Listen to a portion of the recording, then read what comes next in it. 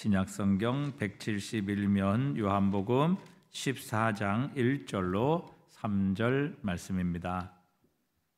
요한복음 14장 1절로 3절 말씀입니다. 우리 석절을 다 같이 함께 읽겠습니다. 너희는 마음에 근심하지 말라. 하나님을 믿으니 또 나를 믿으라. 내 아버지 집에 거할 것이 많도다. 그렇지 않으면 너희에게 일렀으리라. 내가 너희를 위하여 거처를 예비하러 가노니 가서 너희를 위하여 거처를 예비하면 내가 다시 와서 너희를 내게로 영접하여 나 있는 곳에 너희도 있게 하리라. 아멘. 주님께서 말씀하셨습니다. 마음에 근심하지 말라. 여러분, 우리가 아무리 돈이 많고 또 아무리 넓은 집에 산다 할지라도 마음의 평안을 얻지 못한다면 사실 그 돈 그리고 넓은 집 우리에게는 아무 의미가 없는 것이죠. 그 넓은 집과 많은 돈이 우리에게 진정한 마음의 기쁨, 마음의 평안을 줄 수 없기 때문에 그렇습니다. 그렇기 때문에 주님은 너희는 마음에 근심하지 말라. 하나님을 믿으니 또 나를 믿어라. 이렇게 말씀하고 계시는 것이죠. 우리의 문제는 사실 우리가 문제에만 집중하다가 그 문제에 압도되는 삶을 살기 때문에 우리의 마음의 평안을 빼앗길 때가 참 많습니다.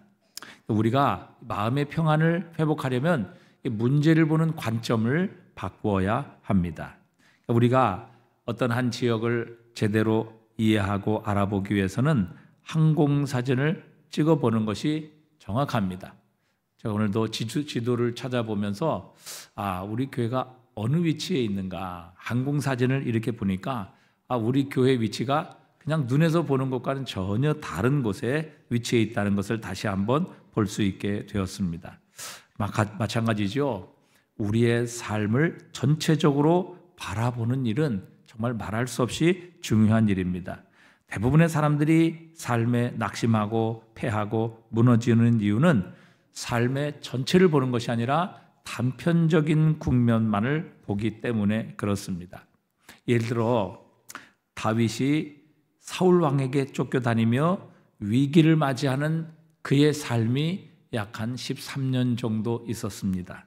만약 다윗이 그 위기에 쫓겨다니며 정말 죽임을 당할 그 13년간의 삶에 그의 모든 마음과 생각을 빼앗겼다면 아마 다윗은 소망이 없었을 것입니다. 그러나 그의 인생 전체를 바라보게 될 때에 하나님께서는 다윗을 훈련시키고 오직 하나님만을 의지하는 사람으로 그를 만드셔서 진정 이스라엘의 영광스러운 왕, 하나님의 통치를 이 땅에 실현하는 왕으로 만들어 가기 위한 과정이며 한 부분이었다는 것을 우리는 다시 한번 깨달을 수 있게 되는 것이죠. 그렇게 되면 그 13년간의 기간에 우리가 매몰되어서 우리가 낙심하고 절망하며 근심하는 삶을 벗어날 수 있게 된다는 것입니다. 우리의 삶도 마찬가지죠. 어떤 한 부분, 또 우리가 지금 직면하고 있는 문제와 장애물에 우리의 마음과 삶에 초점을 맞추게 되면 우리는 넘어집니다. 우리는 근심할 수밖에 없죠. 그렇기 때문에 주님께서는 너희는 마음에 근심하지 말라. 하나님을 믿으니 또 나를 믿으라. 주님께서 말씀하십니다. 선교의 아버지로 불리웠던 중국 선교사였던 허드슨 테일러는 하나님을 믿으라. 그리고 또한 나를 믿으라. 이 말씀 가운데서 하나님을 믿으라는 구절을 하나님의 신실하심을 붙들라. 하나님의 신실하심을 붙잡으라. 라는 말로 번역해야 한다. 이렇게 늘 주장을 했습니다. 많은 사람들이 하나님을 믿는 것이 아니라 자신의 신념을 믿습니다. 그리고 자신이 원하는 것만을 믿는 것이죠. 하지만 하나님을 믿는다는 것은 모든 상황 속에서 하나님의 선하심과 신실하심을 믿는 것을 의미합니다. 로마서 8장 32절에 보면 자기 아들을 아끼지 아니하고 우리 모든 사람을 위하여 내주시니가 어찌 그 아들과 함께 모든 것을 우리에게 주시지 않겠느냐. 이 말씀을 우리가 확신하고 믿는다면 어떤 상황 속에서도 하나님께서는 우리에게 최선의 것을 주시는 하나님, 신실하신 하나님이시라는 것을 우리는 의심하지 않을 수 있다는 것이죠. 또 나를 믿으라고 합니다. 그분이 우리를 위해 어떤 일을 행하셨고 어떤 일까지 행하실 수 있는가? 우리의 인생의 가장 소중한 생명까지도 우리를 위해서 내어주실 수 있는 분이심임을 우리가 믿는다면 우리는 어떤 근심에서도 자유로울 수 있다는 사실이죠. 우리가 시험을 칠 때에 모르는 문제를 만나게 되면 어떤 사람은 그 모르는 문제를 풀고 그 문제와 씨름하다가 나중에는 시간이 없어서 아는 문제도 그냥 못 풀고 내는 이런 경우가 종종 있죠. 이렇게 되면 그 모르는 문제 하나 때문에 아는 문제까지도 못 풀게 되는 시험을 망치는 일이 생기게 됩니다. 마찬가지로 우리에게 닥친 장애물이나 문제가 있을 때에 문제를 먼저 다루는 것이 아니라 물러서서 하나님과 우리 주 예수 그리스도의 신실함, 우리를 향하신 하나님의 사랑, 그 크신 은혜, 그 놀라운 뜻, 이것을 우리가 붙들게 될 때에 이 근심에서 자유로울 수가 있는 것입니다. 이스라엘 백성들이 출애굽한 후에 하나님께서 그들을 처음 인도한 곳이 바로 홍해 바다 앞이었습니다. 이때 애굽의 군대가 이스라엘 백성들을 추격해 왔죠. 이스라엘 백성들은 두려웠습니다. 앞에는 홍해요, 뒤에는 애굽의 군대가 자신들을 뒤쫓아오고 있었습니다. 잡힌다면 더 혹독한 노예의 삶을 살아야만 할 것이고, 그렇다고 앞으로 나가자니 홍해에 빠져 죽을 것이 분명했습니다. 그래서 이스라엘 백성들은 이 문제로 인하여 심히 두려워하며 불평하기 시작했습니다. 출애굽기 14장 11절에 보니까 함께 읽어보겠습니다. 그들이 또 모세에게 이르되 애굽에 매장지가 없어서 당신이 우리를 이끌어내어 이 광야에서 죽게 하느냐? 어찌하여 당신이 우리를 애굽에서 이끌어내어 우리에게 이같이 하느냐? 우리가 애굽에서 당신에게 이른 말이 이것이 아니냐? 이르기를 우리를 내버려 두라. 우리가 애굽 사람을 섬길 것이라 하지 아니하였더냐? 애굽 사람을 섬기는 것이 광야에서 죽는 것보다 낫겠노라. 하나님의 선하신 뜻을 온전히 부정합니다. 하나님의 구원 부정하죠. 왜 이렇게 됩니까?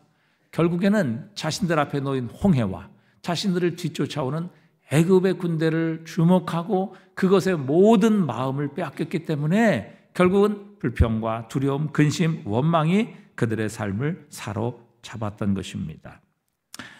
애굽의 군대, 그리고 그 앞에 있는 홍해, 그것을 백성들이 주목했을 때에 결국 그들은 두려울 수밖에 없었습니다. 자신들은 죽을 것이라 불평하며 원망했던 것이지요. 그러나 여러분, 똑같은 장소에 서 있었던 한 사람 모세는 전혀 그들과 다른 반응을 보입니다. 계속해서 13절, 출애굽기 14장 13절, 14절 다 함께 읽어봅니다. 모세가 백성에게 이르되 너희는 두려워하지 말고 가만히 서서 여호와께서 오늘 너희를 위하여 행하시는 구원을 보라. 너희가 오늘 본 애굽 사람을 영원히 다시 보지 아니하리라. 여호와께서 너희를 위하여 싸우시리니 너희는 가만히 있을지니라. 아멘. 여러분, 똑같은 장소에 서 있었는데 모세는 당황하지 아니하고 이렇게 담대할 수 있었던 이유가 무엇이었을까요? 모세는 앞에 있는 홍해, 뒤에 쫓아오는 애굽의 군대가 아니라 이 상황 전체를 바라보고 있었던 것입니다. 하나님께서 도대체 이스라엘 백성을 구원하신 목적이 무엇인지, 그리고 자신들과 지금도 여전히 함께 하시는 하나님, 또한 이스라엘을 궁극적으로 어디로 인도하실 것인지에 대한 전체적인 그림을 모세는 뒤로 물러서서 보았던 것입니다. 그리고 그들을 인도하시는 하나님을 주목했을 때 결국 홍해와 그들을 뒤쫓아오는 애굽의 군대 앞에서도 그는 두려움과 근심에 함몰된 것이 아니라 끝까지 하나님을 신뢰하고 하나님께서 하실 일을 기대할 수 있었던 것입니다. 오늘도 우리의 문제가 무엇입니까? 이스라엘 백성들처럼 문제만 바라본다면 우리는 하나님께서 주시는 평강을 빼앗겨 버릴 것입니다. 근심하게 될 것이고 염려하게 될 것입니다. 하지만 한 걸음 뒤로 물러서서 우리와 함께 하시는 하나님, 우리를 위해 십자가를 지심으로 생명을 내어주신 예수 그리스도를 믿을 때, 그분의 신실하심을 신뢰할 때 우리는 이 문제를 해결하고 넘어갈 수 있는 힘을 얻게 되는 것이죠. 자, 우리가 이 관점에서 문제를 바라보기 위해 오늘 세 가지를 함께 나눠보려고 합니다. 자, 어떻게 근심과 걱정을 우리에게서 물리칠 수 있을까요? 첫 번째, 이 세상의 삶은 다음 세상의 관점에서 바라볼 때만 진정으로 우리가 이해할 수 있다는 사실입니다. 자, 오늘 본문 14장 1절에 보니까 너희는 마음에 근심하지 말라. 하나님을 믿으니 또 나를 믿으라. 이렇게 말씀하시면서 예수님께서 제자들을 향해 주목하고 바라보게 하신 것이 무엇인가? 12절에 보니까 내 아버지 집에 거할 것이 많도다. 이렇게 말씀하십니다. 내 아버지 집에 거할 것이 많도다. 그러니까 주님께서는 이 세상의 근심과 이 문제, 삶의 문제를 다루시면서 먼저 우리의 초점을, 우리의 관심을 다음 세상, 영원한 세상으로 우리의 관심을 옮겨가시는 것을 볼 수 있습니다. 사실 우리는 힘들고 어지러운 세상 속에 살면서 우리에게 무슨 일이 생길 것인가? 또 이런 저런 소문, 경고 속에서 도대체 무엇이 우리를 기다리고 있는지, 또 과연 어떻게 그것을 헤쳐나가야 할지 여러분 우리는 알고 싶어 합니다. 여러분 어떻게 우리가 이 삶을 헤쳐나갈 수 있습니까? 어떻게 이 삶에 직면할 수 있습니까? 예수님께서는 가장 먼저 다음 세상, 올 세상, 영원한 세상부터 살펴본 후에 우리가 가지고 있는 문제를 바라보라 이렇게 말씀하고 계십니다. 여러분 세상은 좀 더 현실적인 해결책을 요구할 수 있을지 모릅니다. 그러나 이 세상에서는 결코 우리 근심에 대한 해결책을 찾을 수 없습니다. 왜? 이 세상의 삶은 일시적인 것이며 언젠가는 반드시 지나가는 것이기 때문입니다. 세상의 삶은 긴 여행에 불과합니다. 세상은 우리가 통과하여 지나가는 곳뿐입니다. 성경은 그래서 우리가 이 땅에 나그네요 외국인이라 이렇게 가르쳐 주십니다. 여기에는 우리가 거할 영구한 토성, 즉 영원한 집이 없습니다. 세상에 살면은 어떤 것도 어떤 안전도 확보되거나 보장될 수 없다는 사실입니다. 그렇기 때문에 세상의 삶에 매여서 세상과 세상에 속한 것을 의지하는 사람은 반드시 실망하게 되어 있습니다. 여러분 이 진리의 말씀을 무시하는 자는 결코 진정한 평안을 얻을 수 없습니다. 복음의 메시지를 떠나서는 궁극적으로 세상에서 안전한 삶을 사는 것은 불가능하다 이렇게 말씀하십니다. 세상 것과 세상의 사람들에게만 최종적이고 궁극적인 행복을 찾는 자는 반드시 실망하게 되어 있습니다. 사람이나 갖고 있는 집이나 직업이나 돈이나 건강이나 힘에서 마음의 평안을 찾으려고 하는 자, 여러분 그것에서 궁극적인 행복과 기쁨과 마음의 평안을 찾는 자는 반드시 실망하게 되어 있습니다. 왜?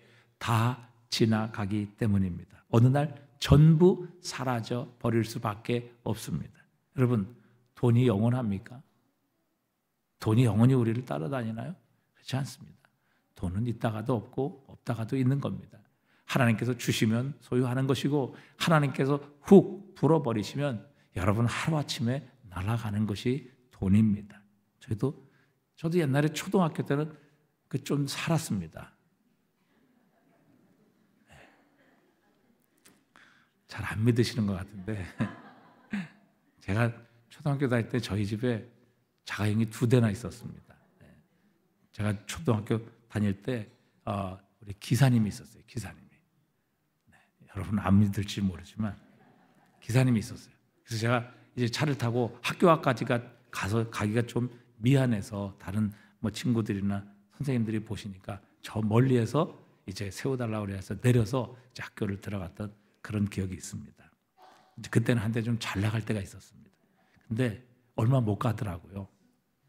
얼마 못 갔어요. 몇 년 가더니 집도 은행에 넘어가고 자동차도 모두 아무것도 없어서 결국에는 맨 땅에 모든 살림살이 세간살이 다 팽개치고 아무것도 없이 정말 남의 집에서 방 한 칸에 저희 모친과 저희 동생들과 함께 그렇게 어린 시절을 보냈던 기억이 너무너무 선합니다. 제가 중학교, 고등학교, 대학 다닐 때는 100만 원에 10만 원짜리 월세집에 살았습니다. 그리고 새벽에 2시에 일어나서 알바를 했는데 무슨 알바를 했냐면은 택시 세차를 했습니다. 2시부터 시작해서 6시까지 새벽. 그리고 나서 택시를 그때 한 100대 정도 닦았던 것 같아요. 이 찬물, 겨울에 찬물을 가지고 그 수건에 적셔서 택시를 100대 정도 닦으려고 생각해 보십시오.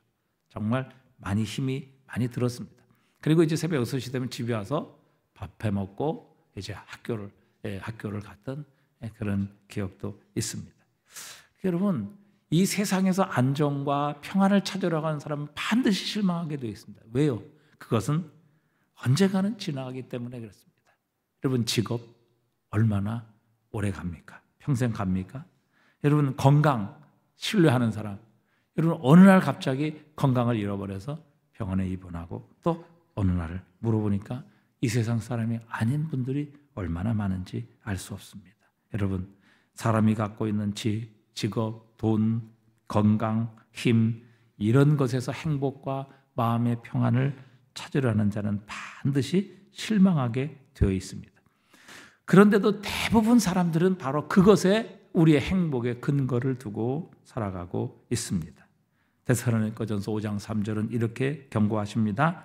그들이 평안하다 안전할 그때에 임신한 여자에게서 해산의 고통이 이름과 같이 멸망이 갑자기 그들에게 이르리니 결코 피하지 못하리라.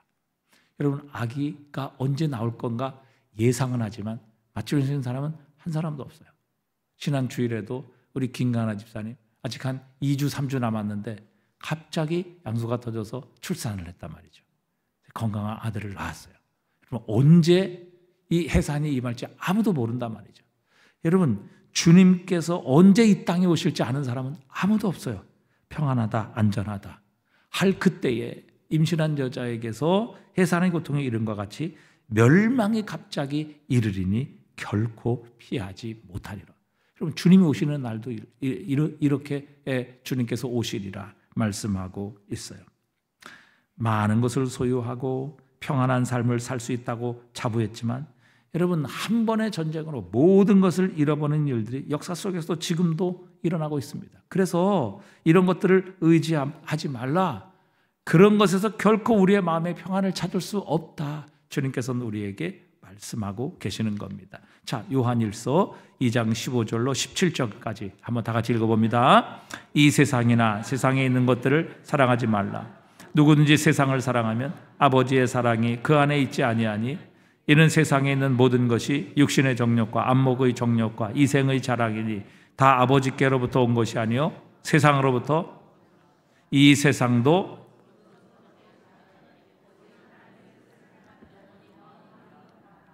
자, 이 세상도 그 정욕도 어떻게 된다고요? 지나갑니다. 여러분, 지나갑니다. 결코 세상에 있는 것 우리가 자랑할 필요 없고요. 또 그것 의지할 필요 없습니다. 그것 자랑하고 그것 의지하는 자는 결국 그것 때문에 수치를 당하고 낭패를 당하는 날이 오게 될 것입니다. 세상에 있는 것은 영구하지 않다는 것입니다. 모두 지나가고 흘러가게 될 것입니다. 그렇기 때문에 우리 근심의 해결책은 바로 우리에게 주실 영원한 하나님의 나라 아버지 집에 있는 것입니다. 그 아버지 집, 변하지 않는, 움직이지 않는, 사라지지 않는 그 아버지 집에 우리의 마음, 우리의 관심을 두게 될 때 우리는 이 세상의 근심의 문제를 해결할 수 있다. 주님은 그렇게 말씀하고 계십니다. 그래서 근심하는 자들을 향하여 근심하지 말라. 나 하나님을 믿으니 나를 믿으라. 내 아버지 집에는 거할 곳이 많도다. 우리의 관심을 이 정함이 없는 세상의 것에 두지 아니하고 영원히 흔들리지 않고 바뀌지 아니하고 변하지 아니하는 하나님의 나라에 우리의 마음과 관심을 두게 될 때 이 세상의 것들로 인하여 우리는 근심하지 않을 수 있다. 이렇게 말씀하고 계십니다. 그래서 이 근심을 없애는 첫 번째 방법은 우리가 이 세상의 관점에서 볼 것이 아니라 다음 세상, 영원한 세상의 관점에서 이 세상을 바라볼 수 있어야 한다는 것이죠. 자, 그 다음에 두 번째, 우리가 이 세상을 잠깐 살아가는 이 세상에서 우리에게 정말 중요한 것이 무엇이냐는 것입니다. 우리가 정말 집중해야 할 것은 바로 우리의 영혼이라는 겁니다. 뭐라고요? 영혼. 여러분, 우리는 이 세상 살아가며 대부분의 사람들, 기독교인들 중에서도요, 우리의 영혼을 중요하게 생각하며 살아간 사람이 그렇게 많지 않아요. 예수를 믿으면서도 여전히 세상과 세상에 있는 것들을 더 중요하게 생각하고 우리의 영혼은 보이지 아니하고 우리의 영혼이 우리의 삶을 다스리는 것으로 생각하지 않기 때문에 여러분, 우리의 영혼에 대해서 무시하고 살아가는 경우가 얼마나 많은지 알 수 없습니다. 여러분, 하나님께서 우리에게 뭐라고 말씀하십니까?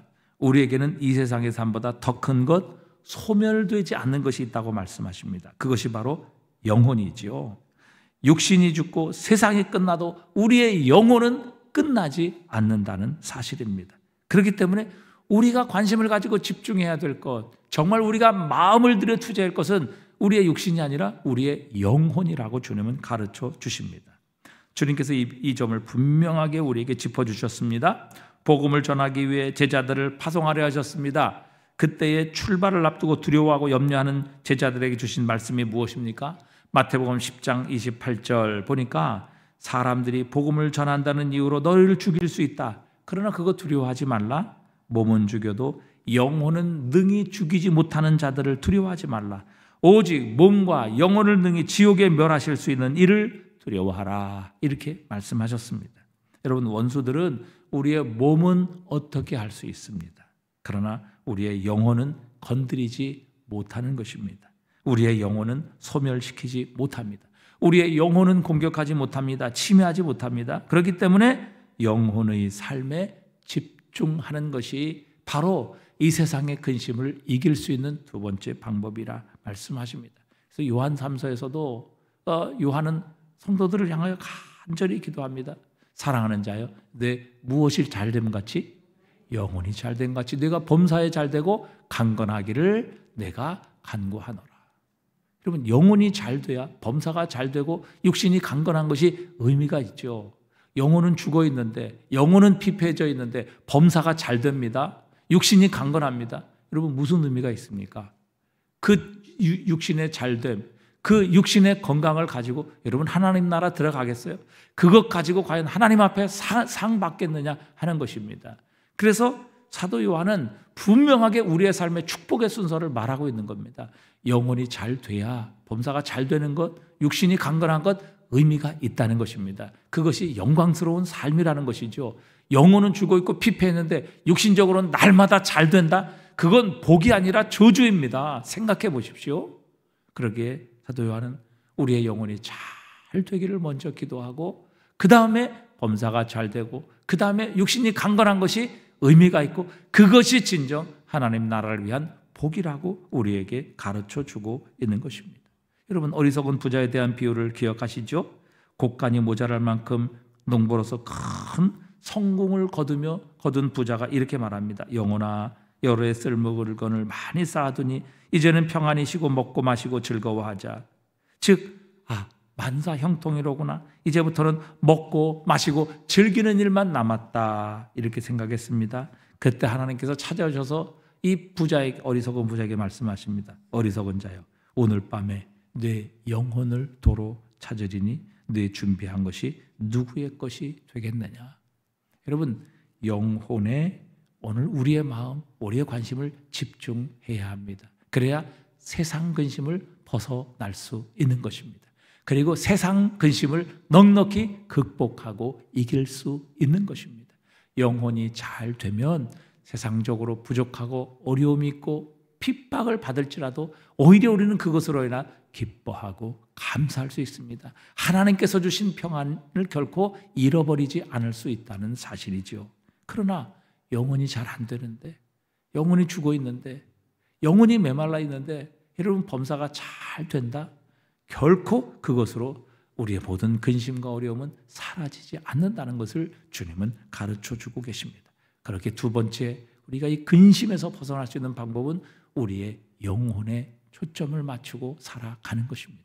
세상 것은 지나갑니다. 사라집니다. 떠나갑니다. 그러나 우리의 영혼은 영원한 것입니다.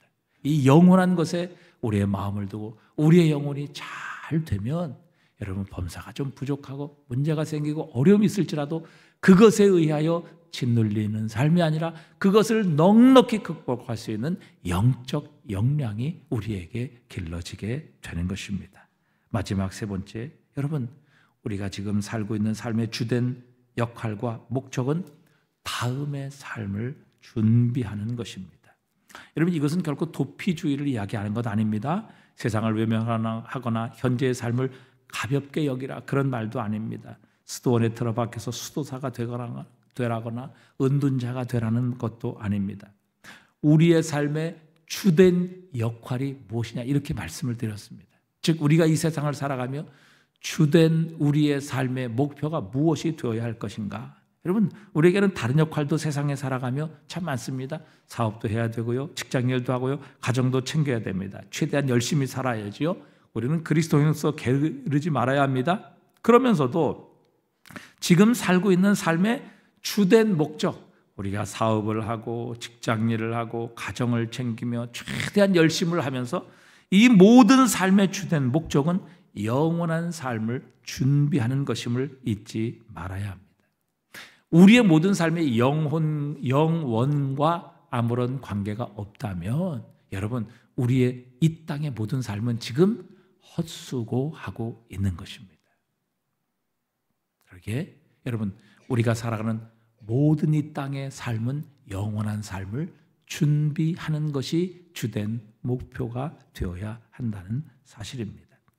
히브리서 11장에 보면 믿음의 선진들이 이 땅에서 위대한 삶을 살고 또 이 세상의 삶에 좌우되거나 흔들리지 않는 삶을 살았던 비결이 무엇이라고 말씀하십니까?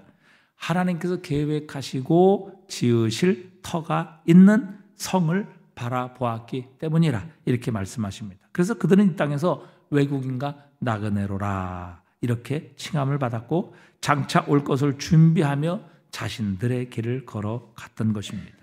여러분, 우리가 다음 세상, 영원한 세상을 올바로 바라보아야 이 세상에서도 올바른 삶, 제대로 된 삶을 살아갈 수 있습니다. 그렇지 않습니까?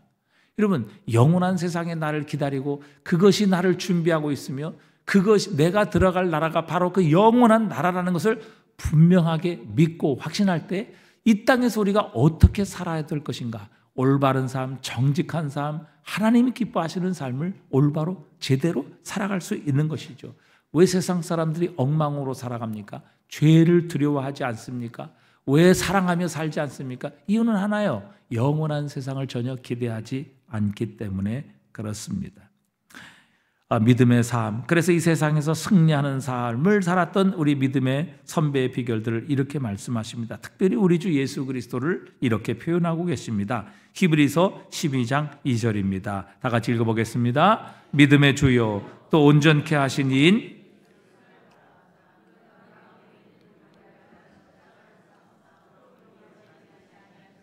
하나님의 보좌 우편에 앉으셨느니라. 자, 예수님께서 어떻게 십자가를, 이 부끄러운 것을 참으셨는가?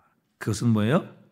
하나님 그 앞에 있는 기쁨을 위하여 십자가를 참으사 개의치 아니하셨다. 현재에 권하는 잠깐이요, 우리에게 나타날 영광과 좋게 비교할 수 없다. 우리에게 나타날 영광은 영원한 것이니 좋게 비교할 수 없도다. 그렇게 주님은 우리에게 말씀하고 계십니다.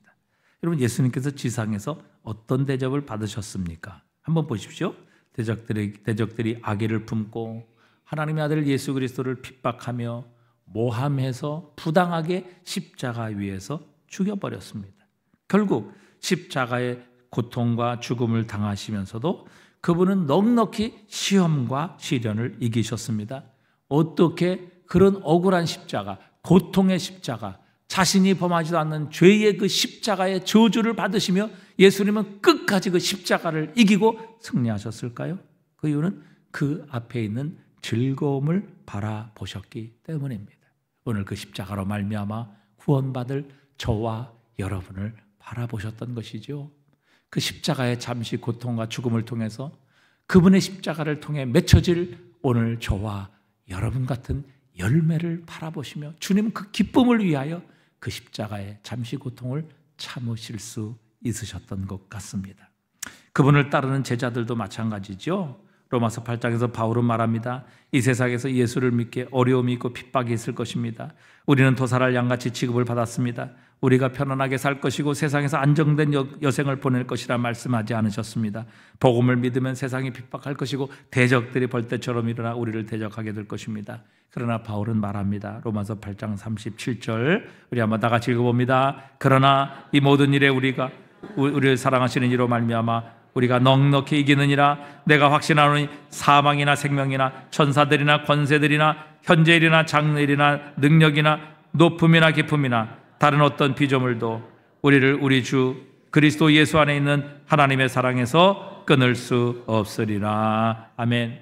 여러분, 그렇습니다. 우리에게 영원한 삶, 하나님께서 우리를 위해 예비하신 이 영원한 세상을 바로 지금 여기에서 준비하고 있다는 이 분명한 목표를 갖게 되면 여러분 이 땅에서의 삶 때문에 우리는 결코 낙심하거나 실망하지 않습니다. 최악의 상황이 올 테면 와 보라고 우리는 담대하게 그 상황을 맞을 수 있습니다. 무엇이 우리 앞에서 기다리는지 확실히 알기에 우리는 능히 그것을 감당할 수 있습니다. 예수님처럼 그 앞에 있는 즐거움, 기쁨, 우리 같은 생명의 열매가 맺혀지는 것을 미래를 바라보셨기 때문에 그분은 십자가를 잘 넉넉히 참으셨던 것처럼 우리들도 이 죽음 뒤에 영원한 세상이 이 죽음 이 세상 뒤에 우리에게 있을 영원한 세상을 우리가 믿음으로 확신하며 바라본다면 이 땅에서 어떤 고난도 예수님처럼 넉넉히 우리가 받아들일 수 있다는 사실입니다. 지금의 삶을 넘어설 얼마든지 능력과 역량을 갖출 수 있다는 사실입니다. 바울은 빌립보 성도들에게 편지를 쓰면서 자신의 미래가 살지 죽을지조차 알 수 없지만 그는 전혀 내가 살든지 죽든지 그런 것은 개의치 않는다고 말합니다. 왜? 이는 내게 사는 것이 그리스도니 죽는 것도 유익함이라. 그는 그리스도와 함께 있을 욕망을 가진 이것이 더욱 좋았기 때문에 여러분 죽는다 해도 바울은 전혀 그것이 문제되지 않았습니다. 오히려 자기가 죽게 되면 주님과 함께 거할 수 있게 그것을 더욱더 원한다고 말하고 있다는 사실입니다. 여러분 바울의 이 담대함이 느껴지십니까? 평안함이 느껴지십니까?